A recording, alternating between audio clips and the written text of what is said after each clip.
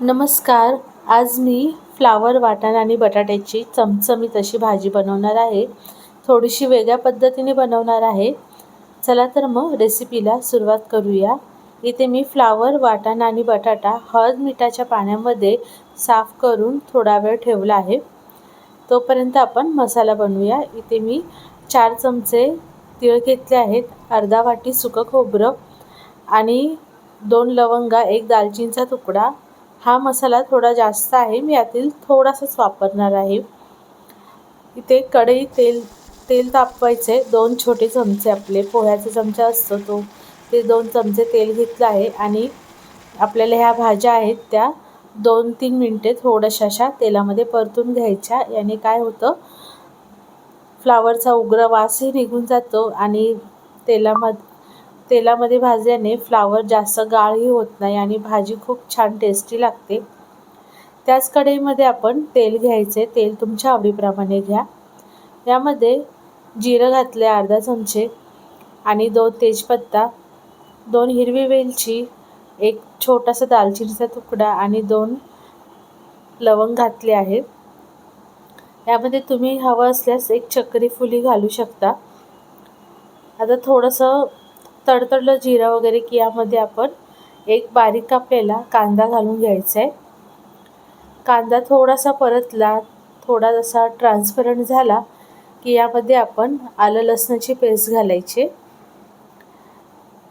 आलं लसूण पेस्ट व्यवस्थित छान असं याचा कच्चेपणा जाईपर्यंत आपल्याला ती परतून घ्यायची आहे. आता आपण जो मसाला बनवला आहे तो मसाला आपण भरलेली वांगी, कारली किंवा शिमला मिरची, दोडकी या भाज्यांना वापरला तरी खूप छान लागतो. म्हणजे मस्त भरलेली अशी भाजी बनते. म्हणून मी थोडासा जास्तच बनवला आहे एकदाच. तर इथे आता 1 टोमॅटो घालायचा आहे. मध्यम आकाराचा लाल भडक असा टोमॅटो घ्यायचा, बारीक कापून घ्यायचा आणि तो आपल्याला व्यवस्थित असा परतून घ्यायचा आहे, नरम करून घ्यायचा. म्हणजे जास्त मोठे टोमॅटो कापले ते भाजीमध्ये दिसल्या जातात. असं आपण नरम करून घेतला व्यवस्थित तेलामध्ये की ते एकदम एकजीव होतात. तर यामध्ये आपण मसाले घालून घेऊया. इथे अर्धा चमचा हळद, 1 चमचा काश्मीरी मिरची, 2 चमचे घरगुती मसाला आणि अर्धा चमचा किचन किंग मसाला घातला आहे. आता हे मसाले आपण छान व्यवस्थित तेलामध्ये भाजून घ्यायचे.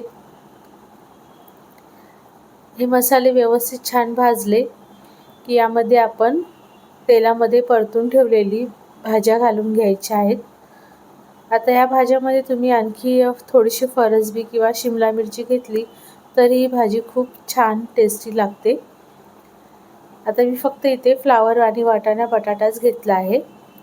तुम्ही त्यामध्ये थोडंसं ॲड केलं तरी खूप छान अशी लागते. हॉटेलमधील जसे व्हेज कोल्हापुरी बनवतात त्याप्रमाणे भाजी चवीला होते. तीळ आणि खोबऱ्याचं वाटण घातल्यामुळे भाजीला खूप छान अशी वेगळी टेस्ट येते. आता हे छान व्यवस्थित आपण परतलं की यामध्ये जो मसाला आपण बनवून ठेवलेला आहे, तीळ आणि खोबरं पाणी न घालता ते असं सुकं बारीक करून घ्यायचं मिक्सरला. ते मी छोटे 3 चमचे वापरले आहे. तर तुमच्या भाजीप्रमाणे तुम्हाला जेवढा लागेल तसा तुम्ही घाला. मला थोडीशी इथे थपथपीतच ही भाजी बनवायची आहे, त्यामुळे मी इथे 3 चमचेच घातला आहे.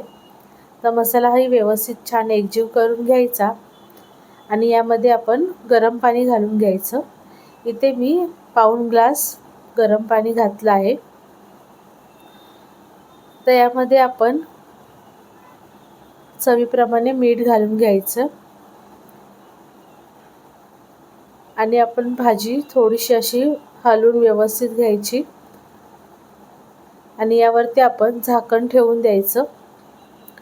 6 ते 7 मिनिटांनंतर चेक करायचं आपली भाजी किती शिजली आहे. फ्लावर किती शिजला आहे तो चेक करून घ्यायचा. हे पहा, तर 7 मिनिटांनंतर मी पाहिलं तर फ्लावर थोडासा आणखी शिजायचा बाकी आहे. तो परतून घेतल्यामुळे जास्त असा गाळ होत नाही आणि चवीलाही खूप छान लागतो. आता 7 मिनिटात शिजली नसल्यामुळे मी पुन्हा झाकण ठेवून 4 ते 5 मिनिटे ठेवले होते. 4-5 मिनिटांनंतर पुन्हा चेक करून घ्यायचं इथे फ्लावर आता व्यवस्थित छान शिजला आहे. वाटाणे तर पटकन शिजल्या जातात आणि बटाटाही लगेच शिजतो. ही भाजी आपली तयार आहे. यावरती आपण आता कोथिंबीर घालायची. आणि माझी रेसिपी कशी वाटली, आवडली असल्यास चॅनलला लाईक, शेअर आणि सबस्क्राईब करा. रेसिपी पाहिल्याबद्दल सर्वांचे धन्यवाद.